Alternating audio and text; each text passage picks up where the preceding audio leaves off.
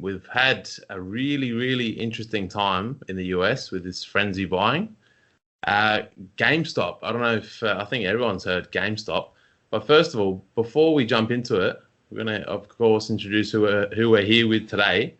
We have got, usual, we got Terry here. Hi.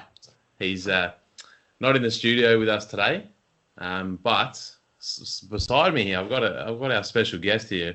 That's Peter, right next to me, and he is the finance guru. And who better to talk today about this situation that's been brewing on Wall Street?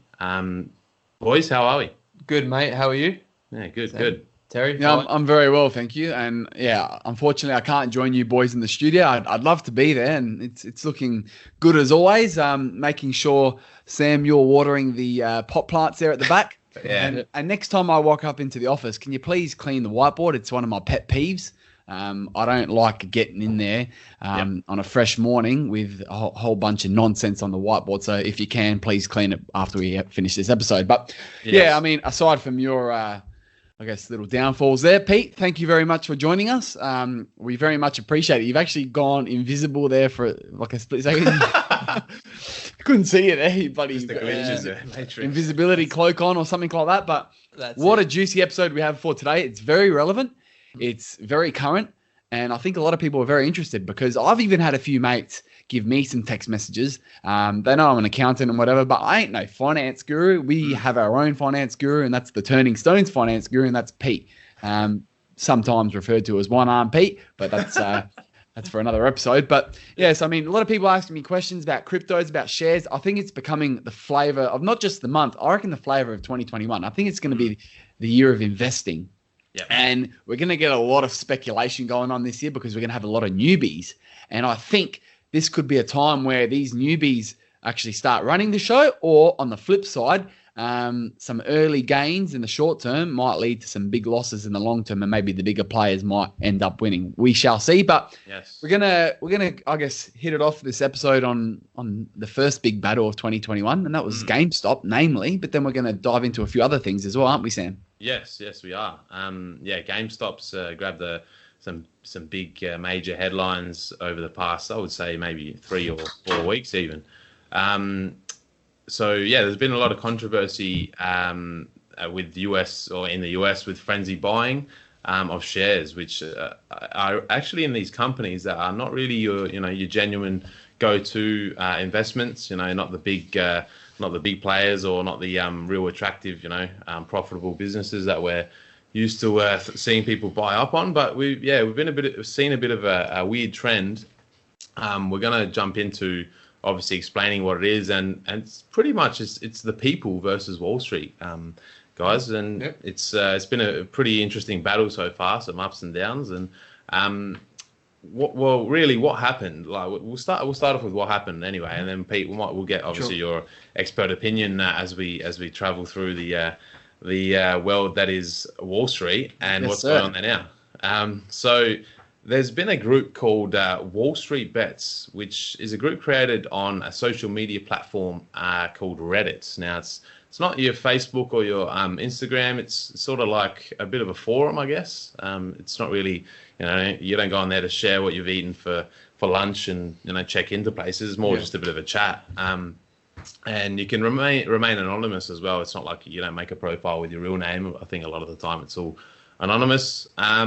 But anyway, this group, Wall Street Bets, was just created as a bit of a discussion forum for investment opportunities. And usually, as the name suggests, bets, it's a bit risky, and there's a bit of risk involved with any investment. Focusing on American stocks. And it's somehow led to like a massive group of day-to-day, or even just, people that don't really invest in shares usually. They've just come together and want to stick it to the hedge funds. So the hedge funds in the US, which, they have got a lot of capital, and they, invest and manipulate markets as they please pretty much. They've been running pretty easily in the world of finance over there for a while, and making billions of profit every year. So Wall Street Bets, the group, has got about 8 million members at the moment. That's pretty much using their members to pump share prices for these shares in companies that were really being shorted by the big hedge funds. Now, we'll go over to you, Pete. We'll get you to explain what a short or short selling or what a short position is on the market. Just quickly, sorry guys. Sure.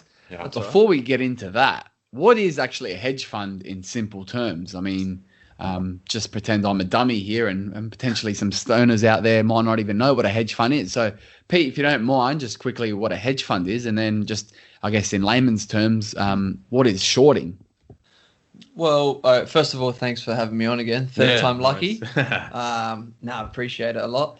In general terms, hedge funds are just money managers for the elite, and not just the elite, but also it could be like other funds, governments.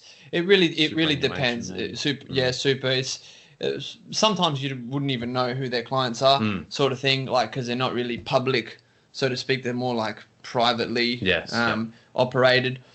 And obviously most of these hedge funds are based in sort of New York, and there's obviously more that have offices around the world, and there's probably a couple that operate here. Yeah. But in general, they're just money managers, essentially, like real sort of gurus within the finance world, and they just allocate capital. They just collect sort of investors' money, and just basically invest in long-term stocks. Could be derivatives, more riskier stuff, because they just have the ability to do more things than like a standard super fund would. A super fund would be like more, just put into real estate. Yeah. Just a standard blue chip shares, standard, and then just charge a fee. Hedge funds are like much riskier, and that's why they actually get paid. I think it's like 20% or above if they make over a certain amount of the profit. So they charge a base rate. So they charge I think it's called the 2 and 20, which is like 2% flat commission, and then 20% if they make a profit over or above. So they make a fair bit of money managing money. So I guess so essentially, a hedge fund's basically for those that have a fair bit of money, and they obviously don't want to invest it. They'll give it to one of those managers or these hedge funds, and they're going to invest it for them. But they're not going to do the, I guess, generic mainstream avenues of investing. They're going to do a little bit more complex investing to sort of get a bit more bang for your buck. 100%. If I'm wealthy and I've got a fair bit of money, and I'm only really, I guess, my knowledge only extends as far as real estate, maybe shares and interest. But I obviously want to go that step further and diversify more portfolio a little bit more. It's probably worthwhile to go into hedge funds, because there's obviously a whole range of other investments available out there that I'm not capable of understanding, but they certainly are. Yeah, 100%. They probably typically, to sum it up, just use more leverage. Leverage. Yep. I think the Americans or the Australians use it differently. So I guess that's where the short selling comes into. Short selling, So short selling is, in general terms, is just selling something, believing that the future price will drop. So like, if you sold shares, you believe that the underlying company or it's going to perform badly, so you sell the stock in anticipation you're going to buy it later for a cheaper price, and you pocket the difference. So instead of making money on the increase, you're making money on the decrease. You sell GameStop since we're using GameStop at $5. You think it's going to go to $2, and then you buy it back for $2. You sold it at $5, so you're making $3. It's obviously negative. You just have to flip it to the inverse of long stocks. So, and then that's what these hedge funds can do, have the ability to do on many companies within the New York Stock Exchange or companies around the world. Mainly because they see that the company might not be going too well. In this situation, they target in general companies that will perform really badly during pandemic. So bricks and mortar, the standard shops that do really well when there isn't a pandemic, when people can actually move around, and probably including airlines as well. They would have been shorted too. But in this case, GameStop was the focus, because it's like sort of like a brick and mortar game selling, like EB Games equivalent to us. Yeah. And many people just buy their games online now. Yeah. So through the Xbox marketplace and bit of an outdated. Yeah, a bit of you could argue it's outdated. You can argue it might make a comeback. But generally. Well, look at it this way: the PlayStation 5 that just got released in say October, November last year, they came out with two versions: a digital version, which was $200 cheaper, or one with discs. But we all know that the future of say gaming, for example, is going to be all digital. I guess if you paid a little bit more for the disc version, you might save a bit of money because the disc version games are still a little bit cheaper. But I guess for convenience and maybe for longevity, the digital version, because you can buy it instantaneously. If you've got quick internet, you download it, it's all there. Don't have to go to any bricks and mortar. Don't have to leave your house. So, I mean, that's probably why GameStop was probably seen from the hedge fund's perspective that it's maybe becoming an obsolete industry, the physical, games and discs and all that sort of stuff. It's like Blockbuster maybe 15 years ago. I mean, 15 years ago is probably still fairly recent, but maybe even a bit longer. Like I guess people could see a bit of writing on the wall there. And even now, when it comes to movies, cinemas and all that sort of stuff. So like Hoyts, I don't know if they're listed or if they're like a subsidiary of someone that is listed, but that's probably something as well that that's going to be dropping off. You'd think so with Netflix and all these streaming services out there.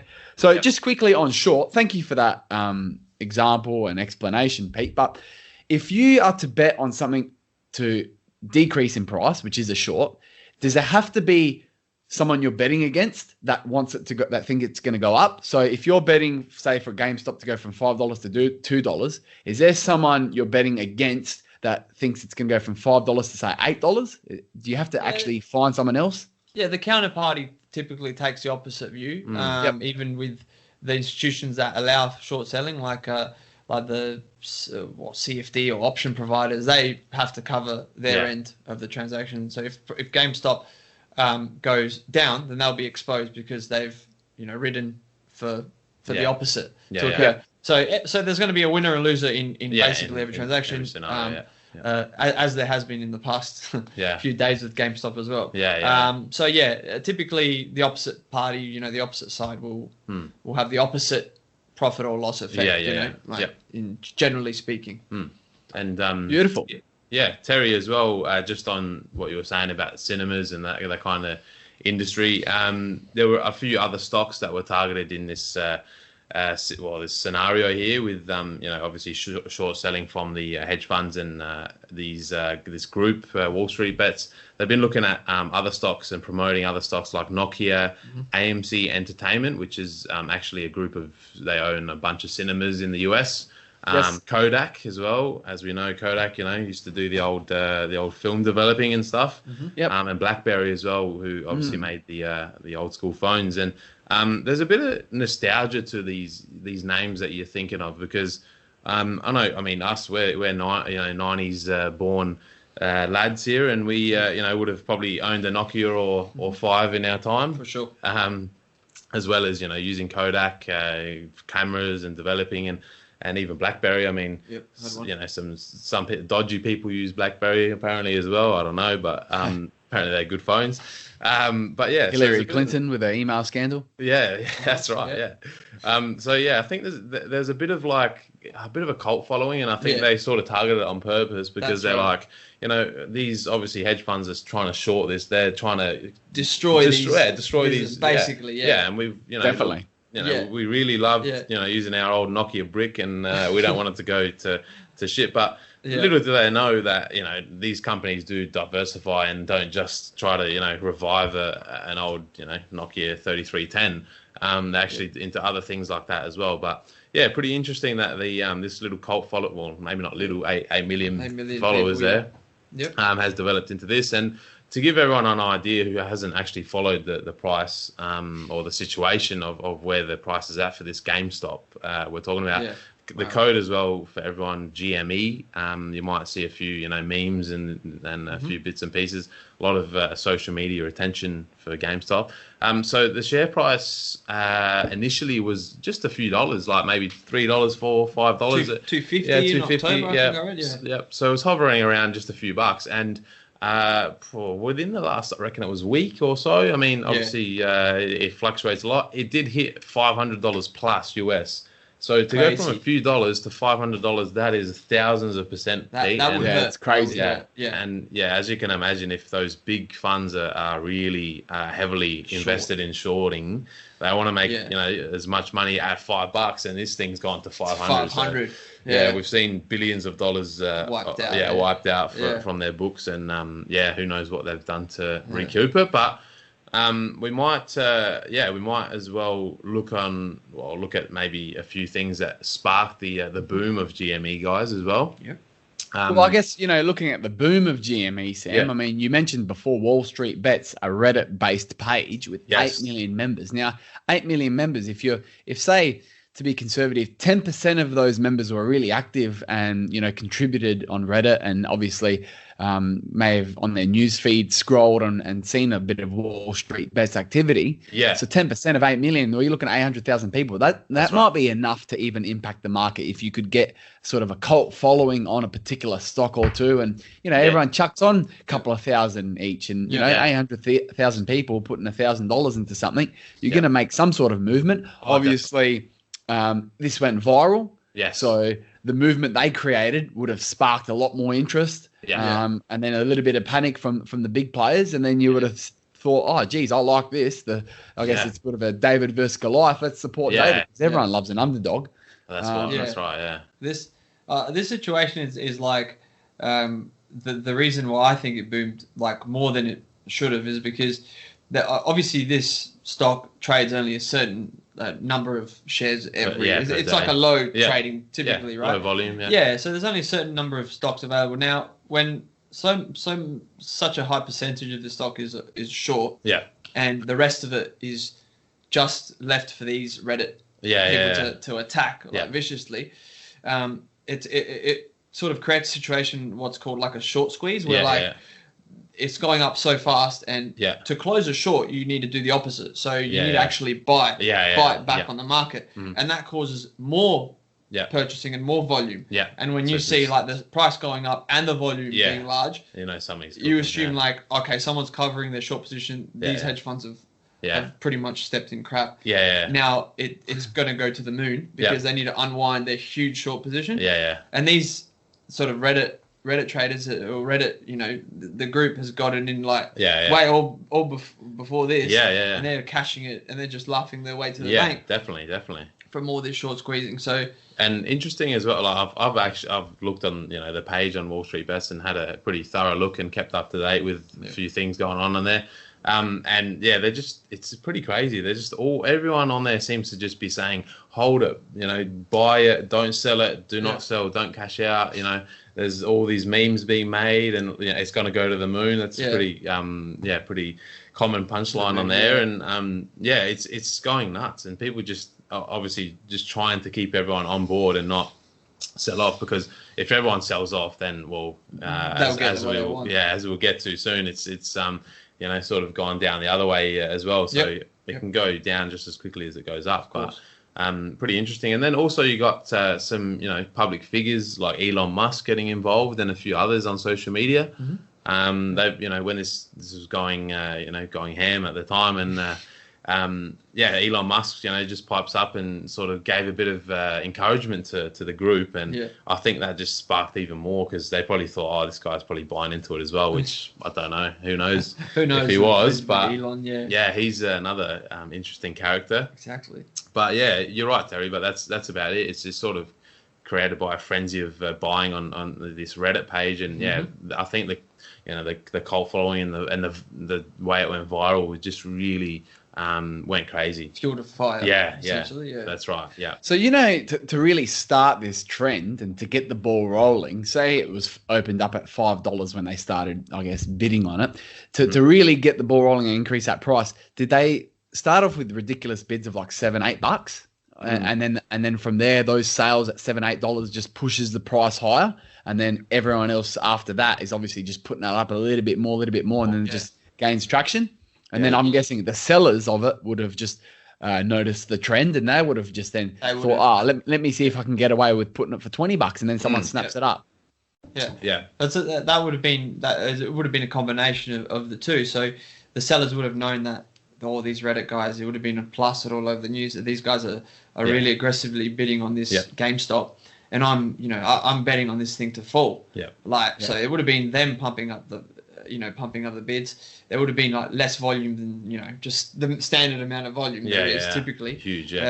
Not many people willing to sell because they know it would have skyrocketed all these guys bidding on it, and that just would have caused like massive jumps in liquidity as well. That would have just literally fueled a fire. And you've got the hedge fund saying, we've stuffed up here. It's either we cover some of our short or we buy to cancel out the hedge short in the market. Right. Hedge their own bets, I suppose, as well. Their own bets to increase this. Because they figure, it might go to 200, it might go to 300. Look at Tesla. No one expected that sort of an increase. Obviously, it's a different scenario to GME.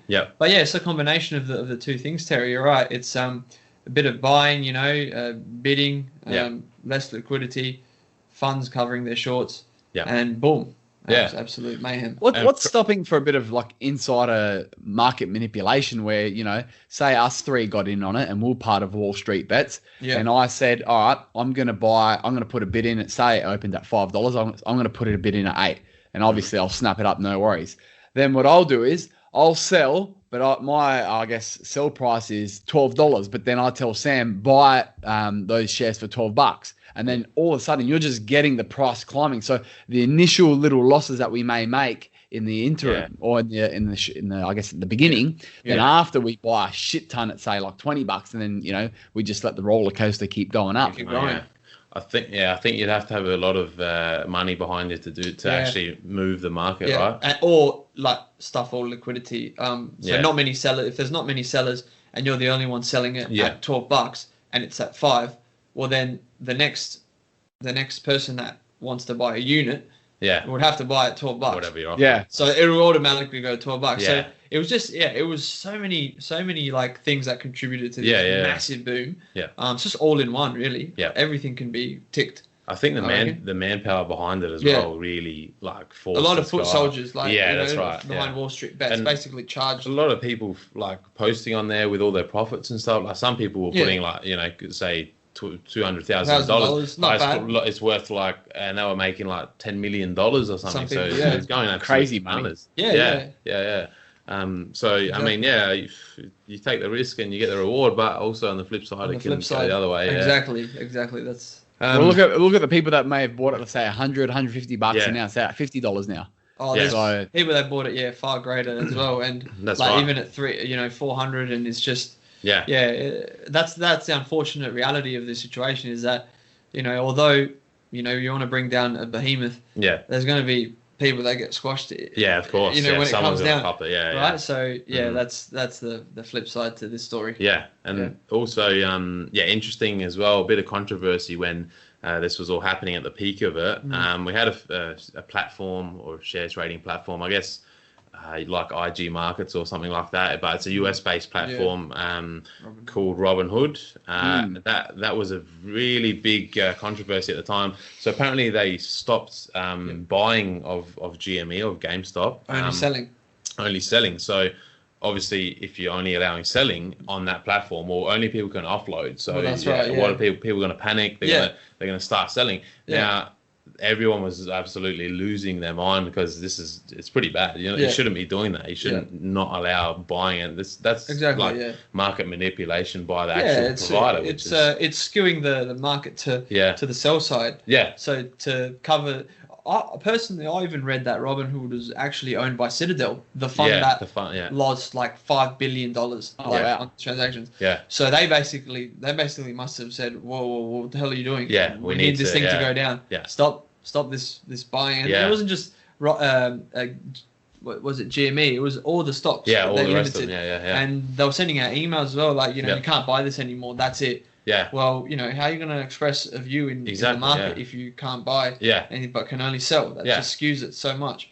And the SEC didn't really look at, they filed, I think they released an announcement. Oh, they were targeting the Reddit sort of group, but they didn't say anything about anything else. The one-sided, And it's obviously pretty bad when your providers, and like you said, I think obviously they had a bit of a a motive to reduce the price and stop it from going crazy. Which it's not very ethical, and it's pretty poor. A lot of collusion there going on. And you know what? Really, the only ones that should be halting the trading should be the actual exchange, not the bloody broker or the provider of the buying and selling. And my curiosity out of that is that they stopped the buying, but then how could you sell if there was no buyers? How did that work?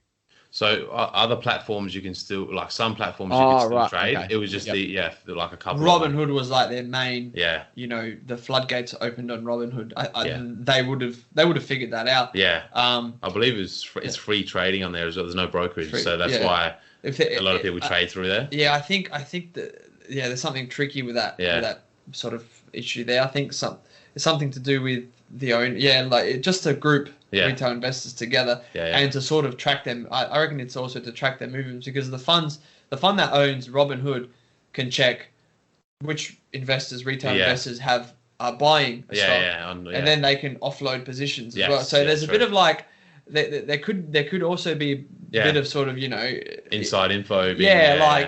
Manipulate by the hedge funds. Because I also read that after all the GME went down.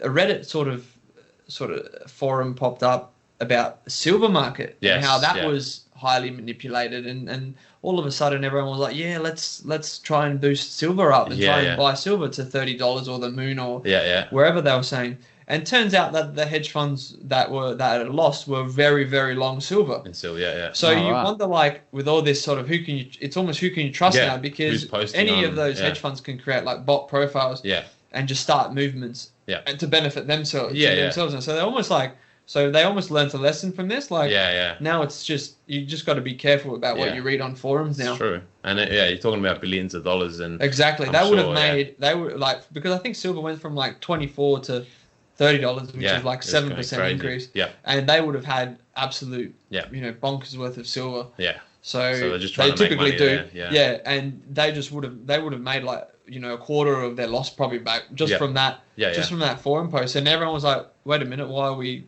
they're long this, why are we buying it was too late then. It's they can also work in the other way as well, which is interesting. Wow, so much to go through. I know, geez. Yeah. It's mind blowing. It's almost as if like some of these hedge funds for such a long time were like basically playing poker with your mates, but yet they got to see what cards you all had. Because they knew what Bob was doing, and they knew what Sheza was doing, and what they had. But then they would always hedge their bets, be like, oh, those two got good cards, so I'm just going to fold this time. Those two got shit cards, I'm going to go all in this time. So they always were like, I wouldn't say completely one step ahead, but it's almost as if they were like 1 minute ahead, because once you did something, they already knew that was coming. I think that I reckon in this situation they're almost too predictable. Like they sort of shorted the stocks that you typically see, struggle during a pandemic, and these Reddit guys are like, we already know what they're short, and they could see it from the actual filings. I think they have to file if they're short. That's per the US regulations. So they would have just been like, these guys are just doing, just standard. They're not making any smart moves. They're just shorting like movie theaters. All movie theaters are closed, right? So let's try and get behind and support these businesses instead of try. That was a sort of, it goes like with the Bitcoin sort of theory we were talking about last week, is like sort of decentralizing the control and giving power back to the individual investor, saying, we're not going to buy, euros or whatever, or keep holding on to our money when it's losing value. We'll just buy cryptocurrencies, because they're not governed. You can't print, you can't do that. True. So in this situation, the same was occurring, where it's like, well, let's put power back to, everyday people, because how many people would work at GameStop, AMC, exactly. Like throughout America alone, that would be in the thousands of thousands of people. And if these, companies close because of hedge funds, just wanting to place a short trade, and the hedge funds don't care. They'll pocket millions and millions, and the people will lose. The middle class will lose their jobs. So it was a good reminder that just be careful of what you're sell short. Yeah, sometimes. will they learn though? I don't know if they'll learn from it, but maybe. But yeah, it's very hard for them to sort of do the same thing now. Yeah. Because they won't know when a Reddit sort of forum will pop up again. Yeah, true. It's going to be in their nightmares. I reckon, possibly. Yeah. They've got. I mean, for them to lose, supposedly, allegedly lose billions of dollars with this transaction from AMC alone, and then to just say, "Oh, we're still functioning." Yeah. That just shows how much capital they have. Well, that's right. Yeah, them. absolutely. They lost $5 billion, and some poor bloke, some poor schmuck. Let's use the word schmuck. Put $100 or $1,000 into, and he would have felt it more than the hedge funds who lost $5 billion. It just blows your mind how much money they have behind them and they can afford to lose. Let's face it. They've made, let's not feel sorry for them or anything. It is what it is. And that's like you said, Terry, with poker. It's a similar situation with hedge funds. Like you think with poker, if you're playing with, you got $1 million in chips and someone's got $100 in chips, well, you're going to be able to manipulate them pretty easily and clean them out 100%. Because you can call the shots. You can make literally, no pun intended. You can keep calling their bets. Yeah, well, that's right. And, you can send them broke, and then they're going to weigh it up. Is it worth it to keep going all in? Just to, I guess chip away at this bloke's $1 million kitty. Yeah, he ain't never going to get it. That's right. That's right. So similar scenario. I find it ridiculous how when you hear these middle class losing not millions, I'll say thousands of dollars and losing I guess their savings and potentially losing their houses on an investment that goes bad. But when the big boys, when their investment goes bad, the whole world has to know about it. They have to shut down trading for a particular stock, and it's just a massive kerfuffle. Whereas tens of thousands of the middle class citizens, taxpayers, they've gone through crises in the past, or crises, should I say? And no one kicks up a fuss about them. But when a couple of big players, I guess, lose billions, and all of a sudden we have to sort of let's stop the trading, or let's create some different rules, and let's start putting regulation in now.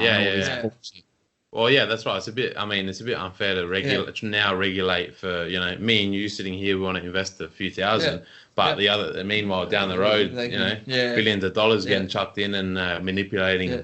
It is also a double-edged sword now, because if these hedge funds sort of perform badly or they fold, some of these funds actually manage money on behalf of like super funds and stuff. Yeah, that's right. So our money is like dumped into there. Yeah. So it's almost like they're too big to like. That's right. Like 2008 scenario. Yeah. Where some of these companies are just too big to fold these funds. They just manage too much money. And the US can't afford for them to go under. It looks bad, and it's just they don't want a catastrophe in the middle of the coronavirus pandemic. Yeah. So it all ties into a very interesting situation we have. Yeah, that's a good point you make there, Pete. Actually, the double-edged sword. I didn't think of that, but they could actually even use that as like a bit of, I guess, don't trespass in our area, because some of the money that we have actually belongs to you guys.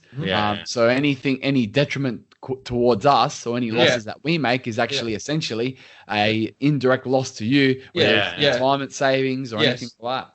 100%. It just it creates some extra volatility as well. Yeah. So even if they don't manage a super fund's money or your money directly, them unwinding their positions, they're so big that they move the markets all the time, and they could crush a stock by an unwind, and then you could have your mum or dad or your uncle could have that stock and say, oh yeah, please, it's gonna go to the moon. And they could just unwind it and they could crush it to zero. Well, that's right. Yeah. And then they'll affect you that way as well.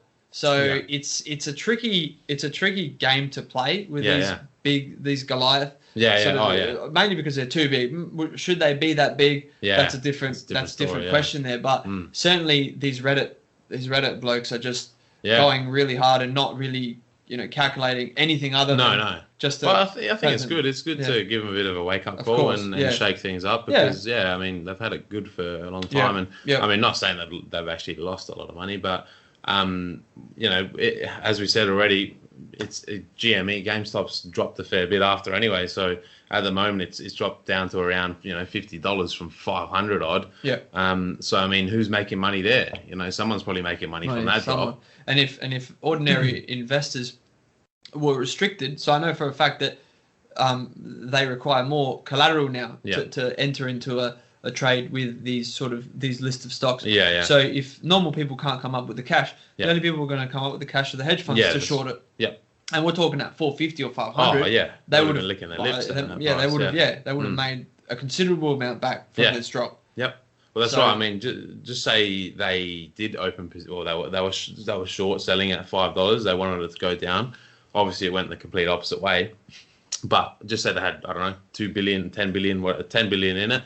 Goes to $500. They put another 10 billion in it. Oh, wow. And it's gone to $50. Mint. Well, I mean, you know, just absolute mint. Recovered 10, 20, 100 times ridiculous, of what you lost anyway. Absolutely ridiculous. Mayhem, yeah. And I suspect that's probably what was happening. For sure, yeah.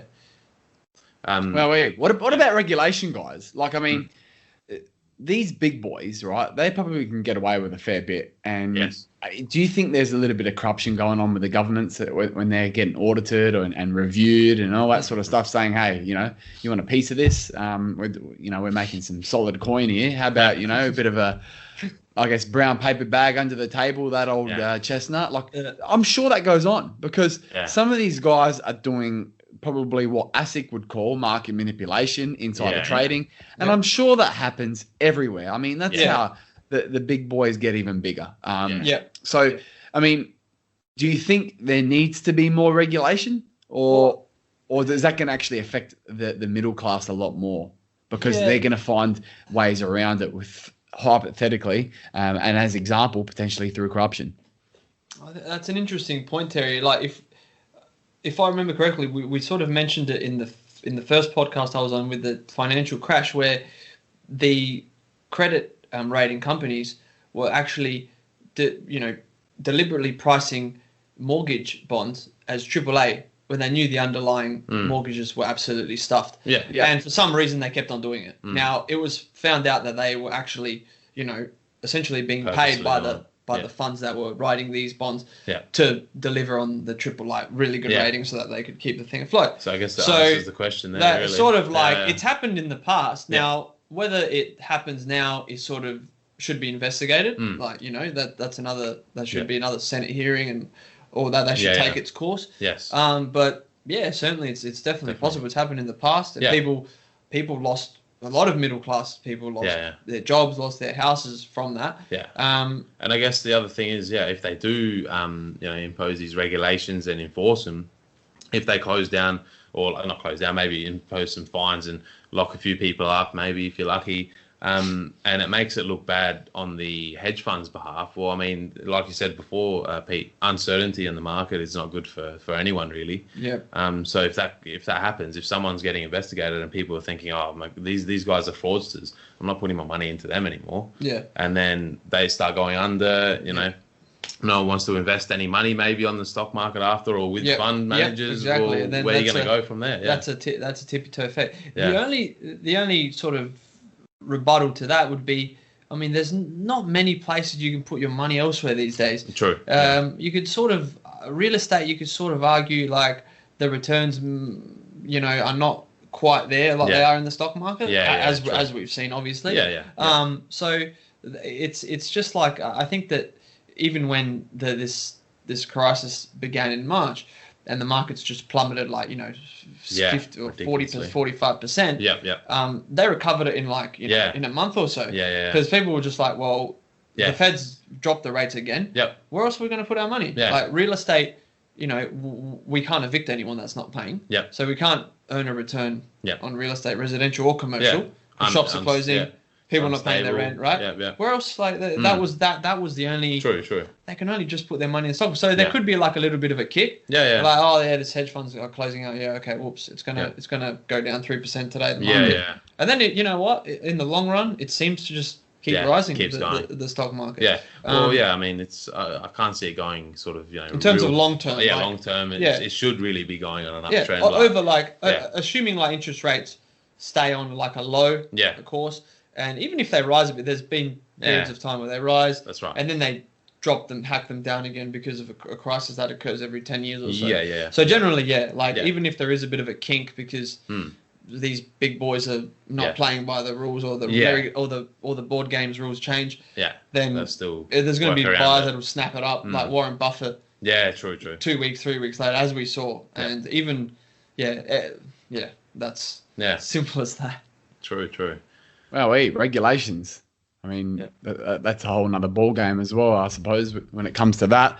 But I guess, potentially when it comes to regulation, who writes the rules and who makes them? It's probably these big players actually probably contribute to the rule writing and probably make it so that it's favourable for them and their situation and I guess their future plans as well. So, and they're always going to be one step ahead. They're employing full-time people and they've got numerous staff to sort of decipher what legislation, what they can and can't do. And of course, they're going to take a few shortcuts as well. We all know corruption does exist. And it is what it is. Bit of a cliched saying, but Wall Street Bets, 8 million followers and growing. So they're saying to not only buy, but hold. Now it's gone down to $50. It's pretty hard sell right now to actually tell them to keep holding it when it's gone down so much. So I guess it's time will tell on that one.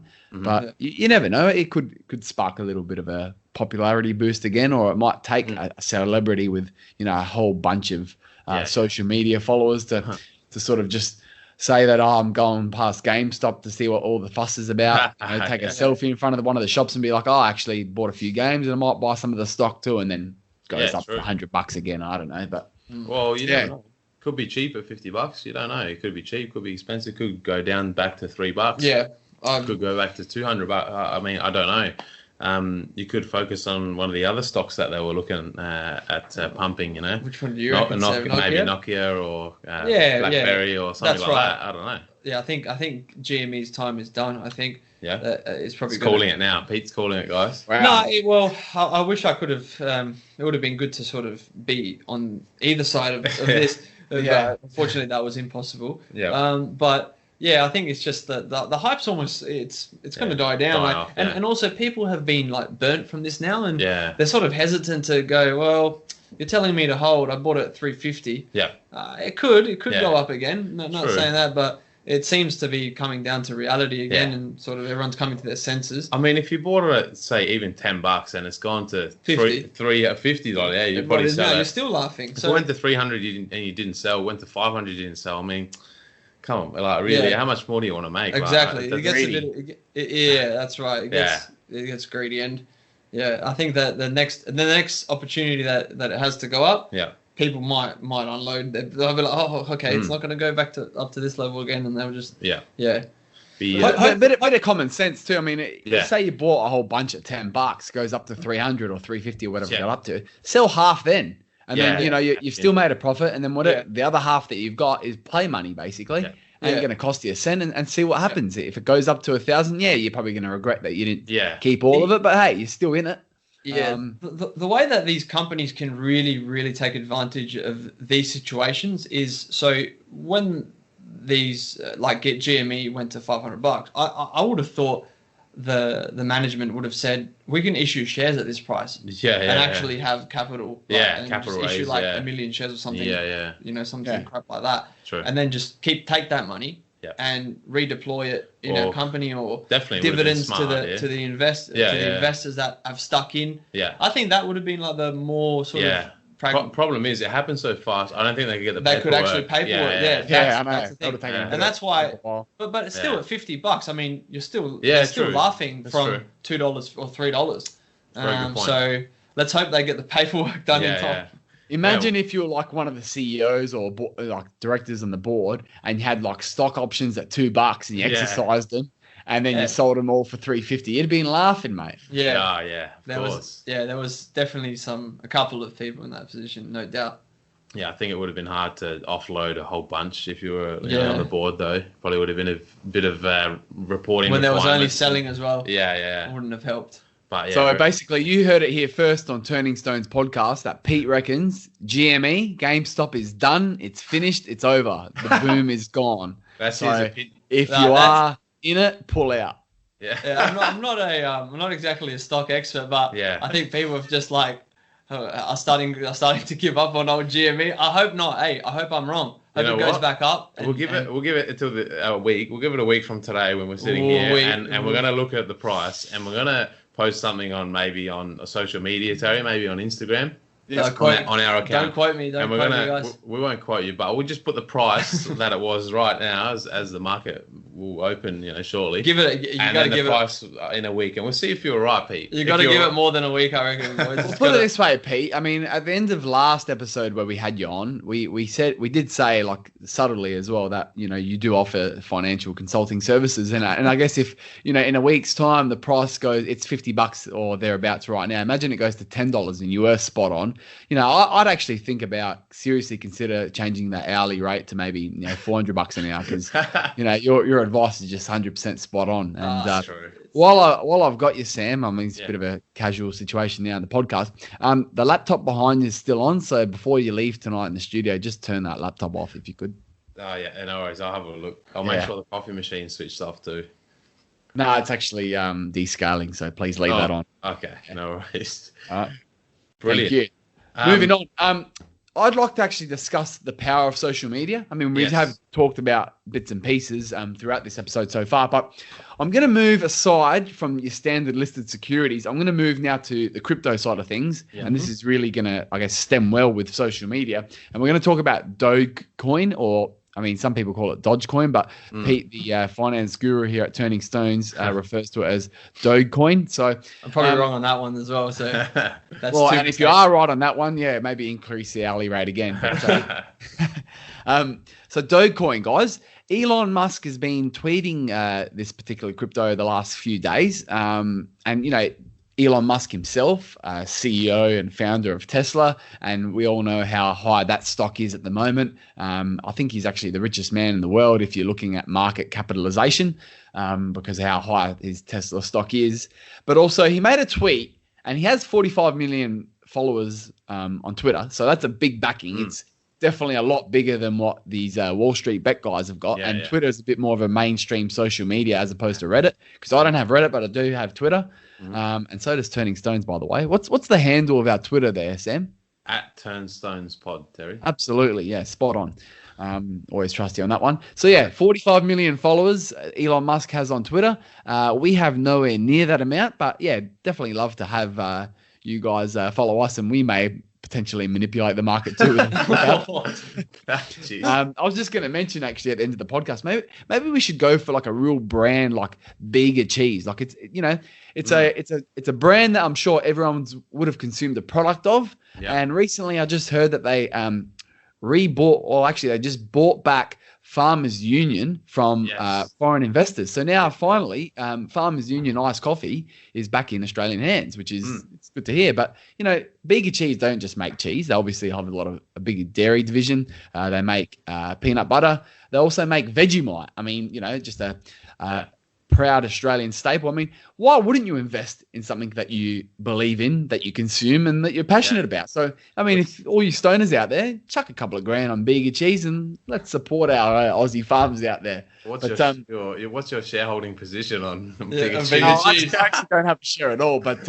what I might do is I might delay the upload of this episode quickly. Once I upload it, sort of colluding there, but no, I'm definitely not about that, guys. No. But they've got so much dairy brands, spreads. They even do honey as well. So get around them if you want. And I mean, I don't have any actual self-interest in the matter, but I just thought sometimes Warren Buffett, as he says, don't invest in something that you don't understand or you don't believe in. And that's what's asked him about cryptocurrencies. He doesn't understand it, so he doesn't invest in it. And I actually think that's such a simple philosophy, but it actually works. And maybe in the 80s when he invested in Coca-Cola, he would have then he drinks about 5 or 6 Cokes a day. And he does. Obviously probably not now, but those types of companies are smartened up to the fact that everyone's getting healthy and they diversify. Now Coke owns bloody Mount Franklin and all these healthy waters and all that sort of shit. So look, I'm sidetracking, but come on, mate. Pete's hourly rate's expensive here. That's all right. Pete's doing it for free today, and first consultation is free. We're using our coupons, all right? Dogecoin. Elon Musk basically wrote a few tweets, and ever since he's basically, I guess the actual crypto has jumped up 50%. So once again, it's, I guess, word of mouth is the best form of marketing. So, I mean, what's stopping him from doing it again, or even revealing how much he's got into it and how much he's going to put into it just to even drive it up further? I mean, that's just a whole other ball game, isn't it? Yeah, for sure. Even crypto is very hard to track. Obviously, if you haven't listened to Ownership. our cryptocurrency episode, is a good one. So flick back in the archives. But it's very hard to show or to actually track who owns the coins themselves. So you're right, Terry. He could own billions of of Dogecoins and 100%. just be pumping it up for himself. It's possible. He did get fined. I think we also mentioned this before, but I reckon he got fined for a tweet about Tesla. About taking it private. And the price was high. Thinking of taking it at a higher price, and that caused the share price to rally. This was back 2 years ago or something, and he copped a fine from the SEC. So I think he just does what he wants. Yeah, to be honest. I think so too, we're talking about these hedge funds and stuff, but Elon Musk is seems to be 10 times bigger. I reckon these days, and he probably is with net worth. So he's another. You could just do a podcast on that guy, I reckon. Yeah, and that's true. And his assets. He's a bit of a weirdo though. I've listened to other interviews that he's had, and he's not everyone's cup of tea. No.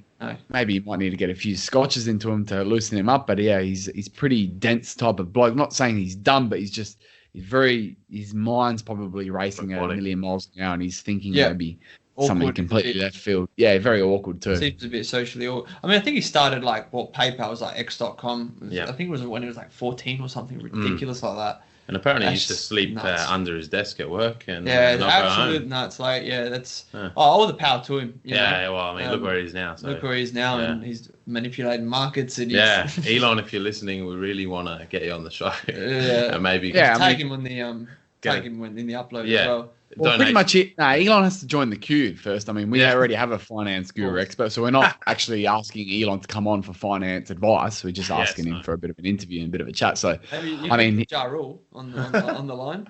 That's true. I mean, he's a bit of a has-been these days, so it might be easier to get him. Actually, he might diminish the brand of Turning Stones if we get him on. So, got to be a bit wary of those sort of choices and selections. But since the last time we spoke as well, guys.